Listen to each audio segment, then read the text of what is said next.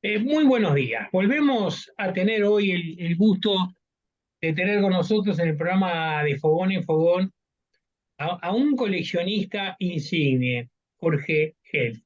Y te cuento, Jorge, vos sabés que esta semana estuvimos también con un gran coleccionista, esta semana en Buenos Aires, un uruguayo, que se llama Claudio Rama, que es un coleccionista de máscaras latinoamericanas y caribeñas. Es uno de los más grandes coleccionistas de máscaras. Él es director académico de una universidad, la Universidad de la Empresa, acá en Montevideo, y lo hemos llamado el pescador mascarero. Y me acordaba mucho, cuando conversaba con él, me acordaba mucho de ti, porque también Claudio tiene una pasión, es un coleccionista serial. Y hoy teníamos ganas, Jorge, de, de conversar de una de las tantas colecciones que vos iniciaste o seguiste, porque fuiste coleccionista de autógrafos, sos coleccionista de los programas de ópera, sos coleccionista de libros de ópera y de pintura, y sos un coleccionista de las músicas también, de muchísimos años de ópera. Y hoy nos vamos a dedicar a algo que no lo sabíamos, y es tu pasión por Borges. Contame eso. Bueno, la realidad es que siempre digo que la literatura es mi punto débil. Comparado con la cultura del arte visual, no tanto lo que colecciono yo, sino de la historia del arte, del arte occidental, desde sus inicios. eh, yo eh, no digo que soy un experto, pero puedo hablar con cualquiera sobre el Renacimiento italiano o sobre la primera pintura de España o sobre Goya o sobre antes de Goya de Velázquez, y son todos temas que yo he estudiado eh, mayormente por mi cuenta, pero también asistiendo a conferencias y charlas y cursos. Y ahí realmente yo hice muchos viajes solo para aprender de arte. Y, y bueno, por supuesto, nombré ahora España, estuve muchas veces, eh, no solamente para ir a ver mis amigos en Madrid, pero ir a pasar 2 días en Toledo para ver cuadro por cuadro del Greco. Y así casos infinitos. La literatura, para volver al talón de Aquiles, es mi punto flojo. Yo he leído mucho, no lo niego, comparado con el promedio eh, de la gente que me rodea. Sí, he leído, he tenido interés por Sartre, he tenido interés por Camus, he tenido, que eran hombres casi de mi generación. También he tenido mucho interés por Proust, del cual leí sus 7 tomos de la búsqueda del tiempo perdido 2 veces, una vez a los 18 y una vez a los 40 años. Siempre digo que leí 2 libros diferentes porque yo era diferente, y así es la literatura.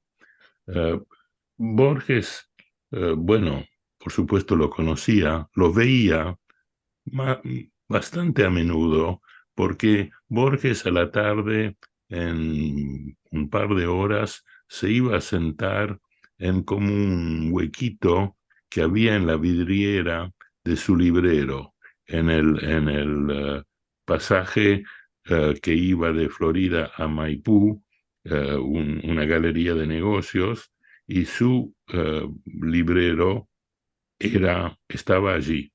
Y él venía y no tenía nada que hacer, no tenía ninguna señora que se ocupara de él o que lo llevara a ver algo o a escuchar una conferencia o un curso en la universidad. Y se iba ahí, tomaba un café, se sentaba.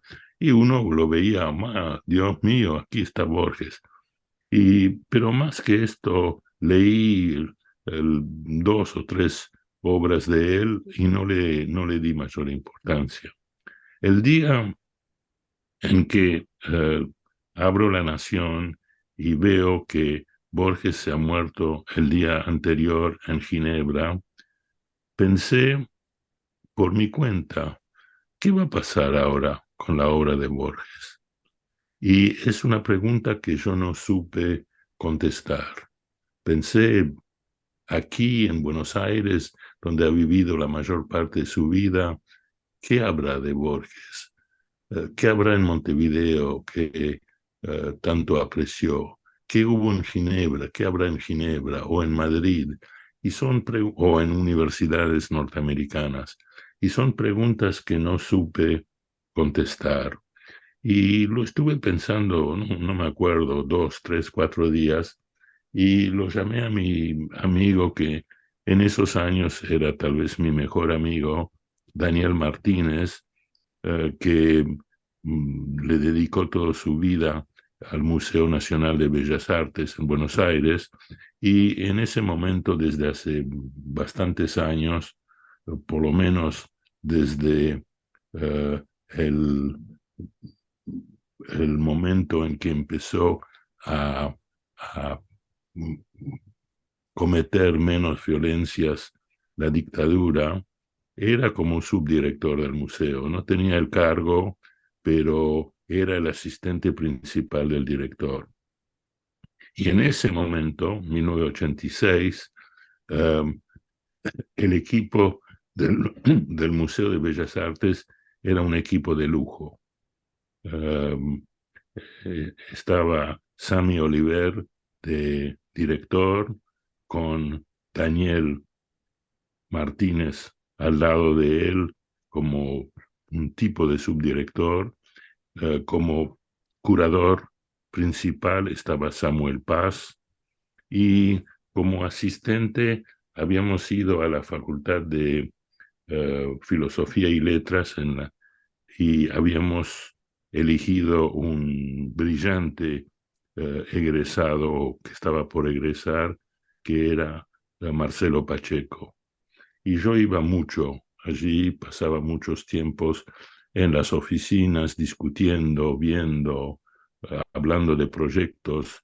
Eh, Mi colaboración era más molesta que otra cosa porque yo no trabajaba allí, pero era amigo, muy amigo de todos ellos.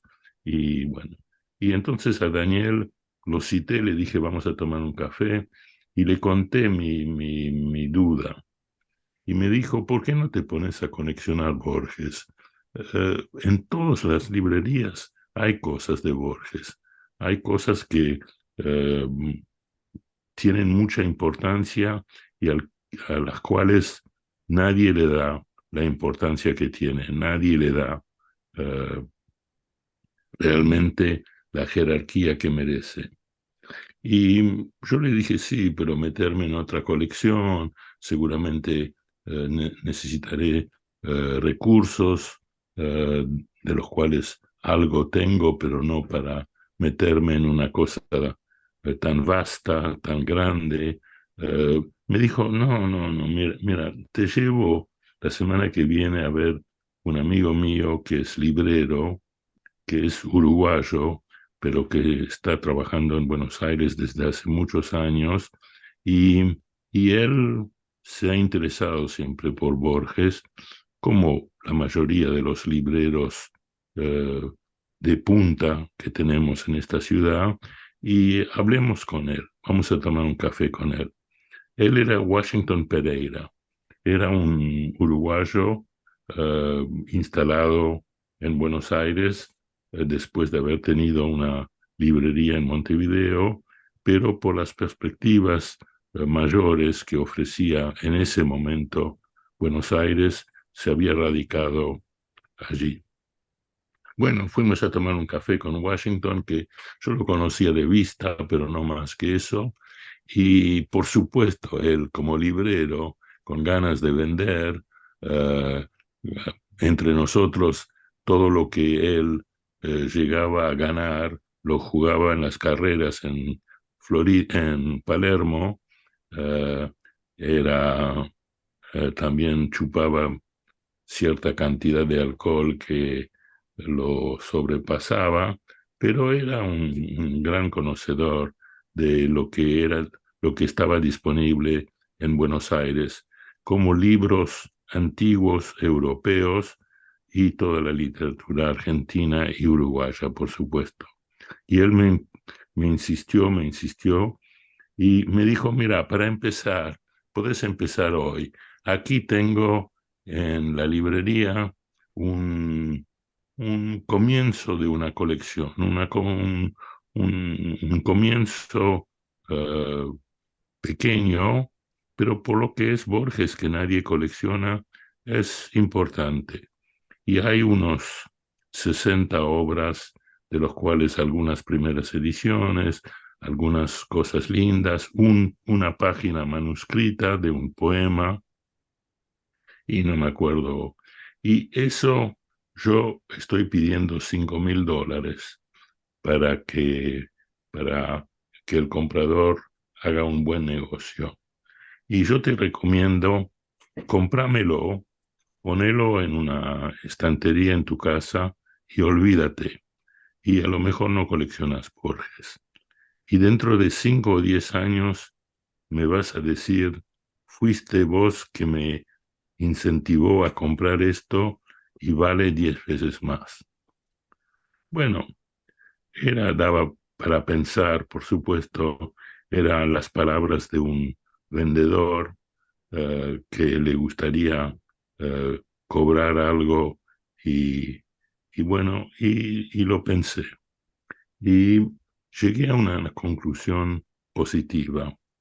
Seguramente meterme de lleno en coleccionar Borges iba a recurrir a mis medios económicos, iba a tener que recurrir bastante tiempo, pero valía la pena.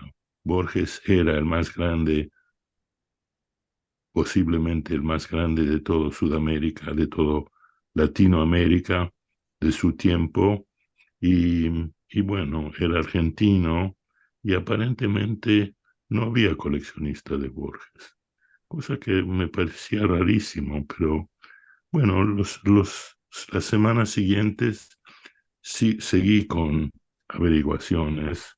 Efectivamente, no encontré nadie, o mejor dicho, encontré un solo coleccionista de Borges que no tenía eh, una pasión realmente literaria y se había dedicado a coleccionar su bastón o uno de sus bastones. Eh, Más tarde compró a María Kodama, a la viuda, le compró el pasaporte de Borges, fotos de Borges, etcétera, que eran anécdotas, no eran coleccionar lo medular en Borges. Fui a la Biblioteca Nacional que él había dirigido durante años y pregunté a la persona a cargo eh, qué es lo que tienen de Borges y prácticamente no había nada. Y ella me dijo, no, es terrible porque hay gente que viene, que pide algo, se le da, se le facilita y a la semana desaparece. Desaparece la persona, desaparece el material. Nos enteramos que en la Plaza Dorrego, en San Telmo, se ha revendido el ejemplar y es un escándalo. Y si mira aquí um, en el inventario, que por supuesto en ese momento el inventario eran tarjetas de cartón, uh, bajo la B, Borges había un montón de obras y ninguna estaba disponible. Habían desaparecido en la forma en que yo acabo de describir.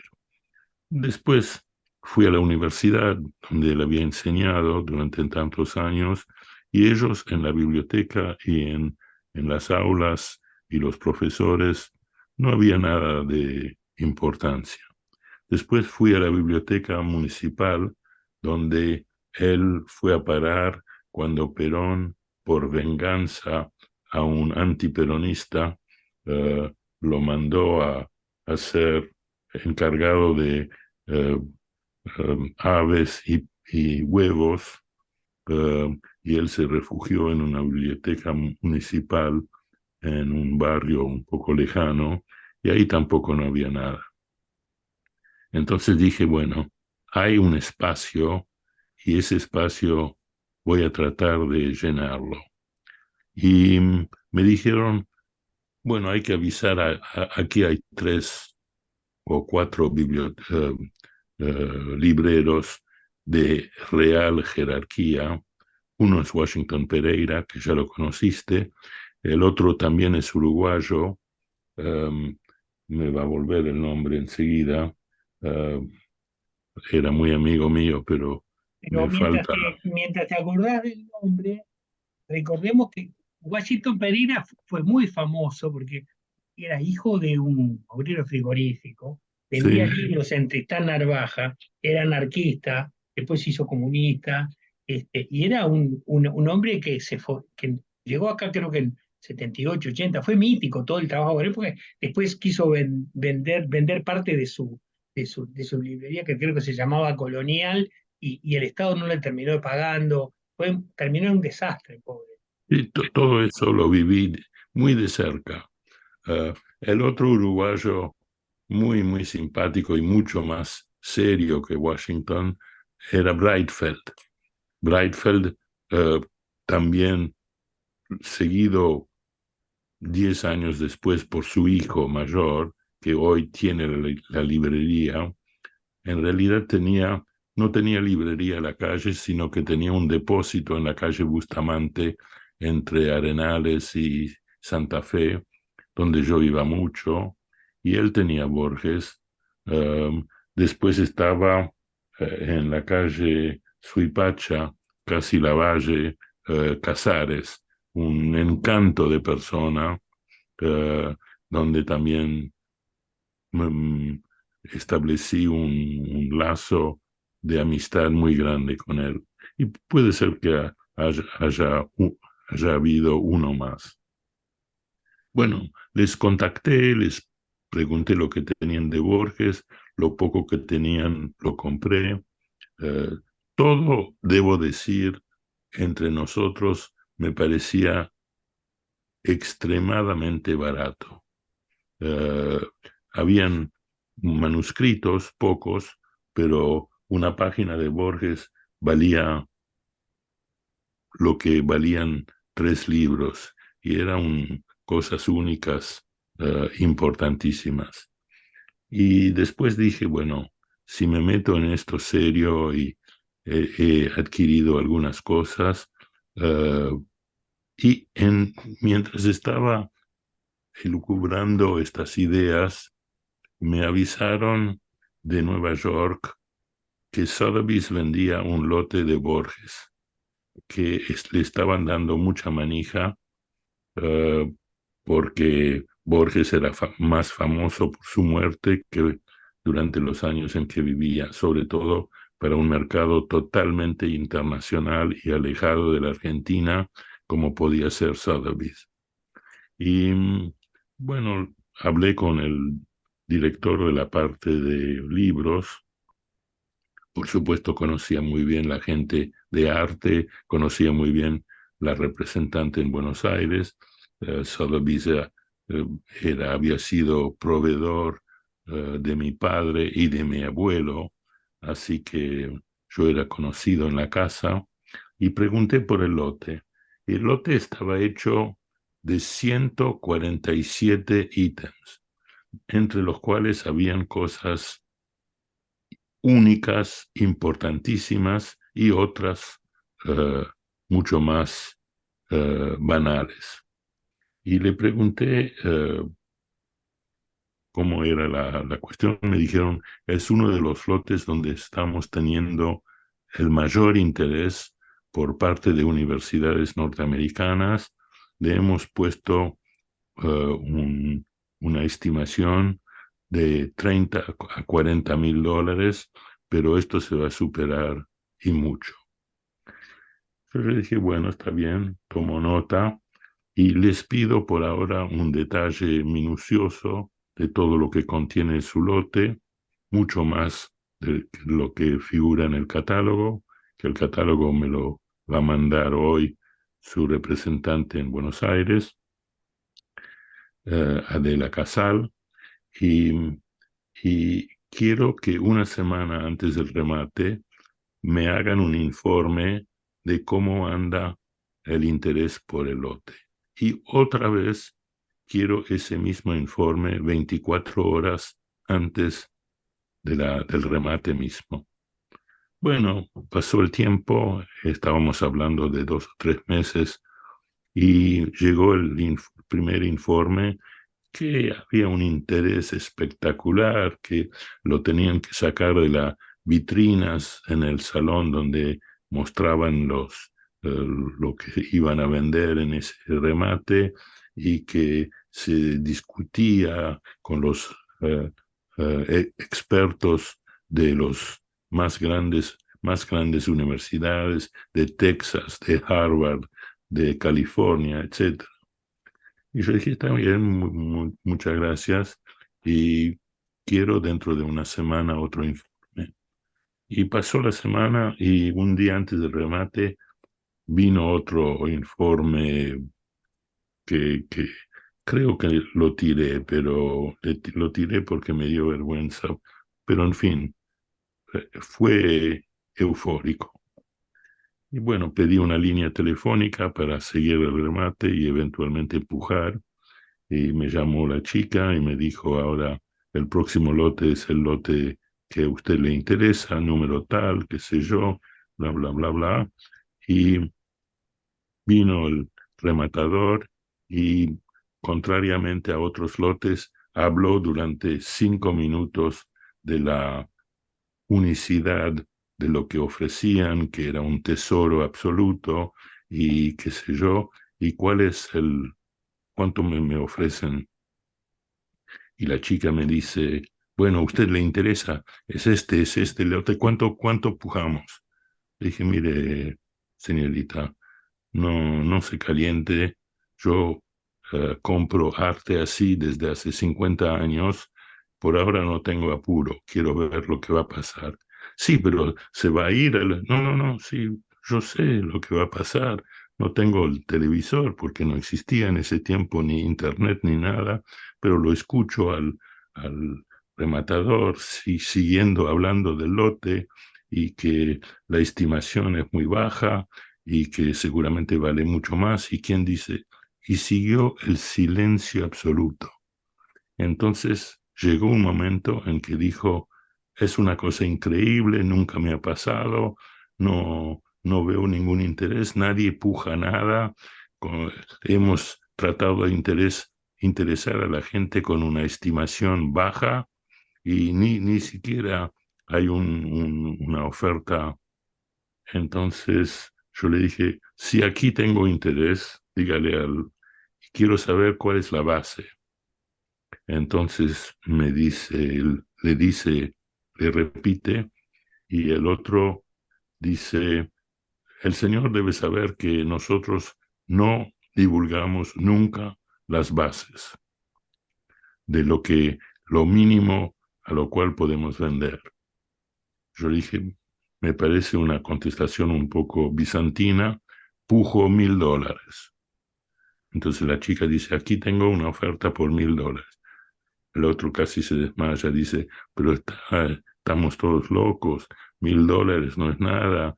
La base es mucho más que $1.000. Está bien, dígame cuál es la base.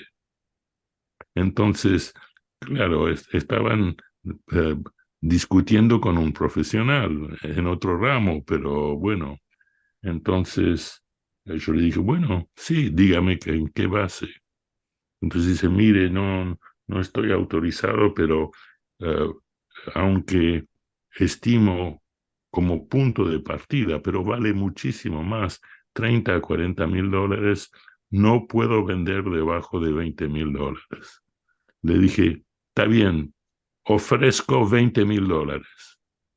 Sí, bueno, le tomo la oferta, pero señor, es ridículo, vale mucho más. Siguió hablando, hablando, hablando, no apareció ni por teléfono, ni por telegrama, ni en la sala, ni uno más. Y entonces dijo, y no sé, no sé qué decir, adjudicado. Y yo lo compré. Bueno, con esto ya tenía una colección Borges un poco más seria. Estaba el álbum de fotos de la familia, con los bisabuelos fotografiados en 1880, el abuelo, el padre, la madre, la hermana, él de chico a los 2 años, 3 años, 4 años, 7 años, en el colegio, él joven en España, en Ginebra, etcétera. Estaba el manuscrito sobre Kafka, una de las obras cumbres de Borges, completo el manuscrito con letra de Borges, de la letra que él tenía antes de ser ciego, y muchas otras cosas más, libros que él había venerado y que había escrito 50 veces, que eran los libros que más le habían interesado de la biblioteca del padre, cuando vivían en Palermo, que de chico le había influenciado muchísimo, y mucho más, 147 distintas cosas, otros manuscritos, y bueno, eh, lo fui a buscar a Nueva York la próxima vez, lo traje a Buenos Aires. Y simultáneamente pensé en que en uno de mis viajes como coleccionista de arte, también viajes frecuentes, porque mis padres se estaban poniendo viejos, mi padre había fallecido, mi madre estaba sola, tenía que cuidar eh, ella el dinero que necesitaba para vivir, eh, cómo seguía su salud. Yo hablaba con su médico desde Buenos Aires una vez por semana, y entonces alargué un poco ese viaje, y aparte de París, donde contacté libreros que yo no conocía, fui a Ginebra, porque él había vivido muchos años allí, fui a Madrid, porque había interés por Sudamérica y por el idioma español, fui a Londres y terminé el viaje volviendo a Buenos Aires vía Nueva York. Y en Nueva York conocí dos libreros muy especializados en literatura sudamericana. Y bueno, esto nos llevó hasta fines del 86, principios del 87, y hasta el 93 compré todo lo que había. Los libreros sabían que habían comprado, eh, y en el 93, digo 93 porque en el 93 volvió mi hijo mayor de sus estudios. Él había terminado su eh, doctorado en inteligencia artificial, que en ese momento era una cosa rarísima del cual no se hablaba, que recién hoy, eh, casi 40 años después, está de moda. Y después de terminar su doctorado en Francia, se había ido a hacer un postdoctorado en Japón, en Tokio. Y después del postdoctorado en Tokio fue a enseñar en universidades norteamericanas durante 1 año o 2 años más. Y en el 93 volvió a Buenos Aires, y él había sido un apasionado de Borges toda su vida, y entonces le sugerí que él siga la, la manía, la locura de seguir coleccionando Borges. Y él se dedicó a la otra parte de Borges, al recorte periodístico, a lo que había en Parque Lezama, no, Parque Lezama, Parque Rivadavia, todos los domingos, iba sistemáticamente, iba a todos los libreros, ojeaba todo, y encontró centenares de citaciones, de libros, a veces un mejor ejemplo del que teníamos y lo compraba y revendíamos el otro o no. Eh, y así manejó la colección Borges durante los años siguientes.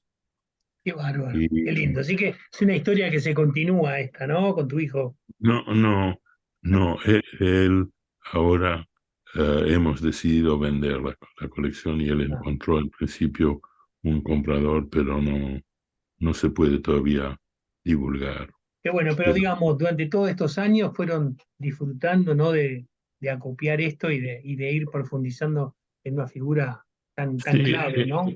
para mí, una vez jugado esto, una vez discutido, una vez iniciado, me pareció como una fija, como una cosa que yo debería haber entendido su importancia desde el primer día, pero no, porque yo no tenía los elementos. Tal es así que en la forma en que se jugó, en la forma en que se presentó, fue, no diría accidental, pero meditado, porque era un terreno que yo no conocía. Yo no sabía lo que iba a pasar, yo no sabía quién más iba a encontrar en el camino. Te eh, te encontraste con un coleccionista que fue locutor de radio, creo también, ¿no? Sí, eso fue eh, antes de que volviera Nicolás del exterior. Me dijo Daniel Martínez, otra vez el nexo absolutamente genial y necesario para esto, me, me dijo la colección, el único que ha coleccionado en la Argentina seriamente a Borges es Antonio Carrizo, el locutor de radio y televisión. Y bueno, yo no quise eh, atropellarlo, no quise eh, indisponerlo eh, y no, no lo contacté directamente. Pero él, pasando ya unos cuantos años, debe haber sido por el 91, me contactó y me dijo que él había coleccionado Borges toda su vida, que se estaba poniendo viejo y que sabía que ahora había otro interesado y que él consideraría vender todo lo que tenía. Y tenía maravillas, además tenía muchas cosas anecdóticas que eran de difícil adquisición. Y me invitó a la casa, me hizo un ofrecimiento y casi enseguida lo acepté. Él tenía, por ejemplo, eh, la, la revista Prisma, que era una revista para pegar en la pared de las calles de Buenos Aires. Prisma llegó a poder imprimir solamente dos ejemplares, el número uno y el número dos, en gran cantidad, y Borges mismo, que tenía en ese momento 25 años, 24 años, lo pegaba en paredes de Santa Fe y Callao y un poco más, o sea que dejó de existir la revista como tal, porque por supuesto la lluvia y el mal tiempo deterioraba los ejemplares. Y Carrizo tenía dos ejemplares como nuevos, ambos dedicados a Manucho Mujica Lainez y firmados por Borges. Y eso estaba dentro del lote. Por supuesto, es una cosa que no tiene valor eh, literario. Los poemas son de él y de otros, pero es una joya para una colección. Y, y así tenía muchísimas cosas eh, que me importaron muchísimo. Jorge, fue un Y, y gustazo escuchar toda esta historia, qué apasionante. Te agradezco mucho. Nos estamos viendo la semana que viene en alguna si otra de estas aventuras. me decís qué día y Y preparo el martes que viene, el martes que viene, ¿de acuerdo? a la misma hora. Ok, Buen Hasta fin de luego. semana y muchas gracias. Por nada.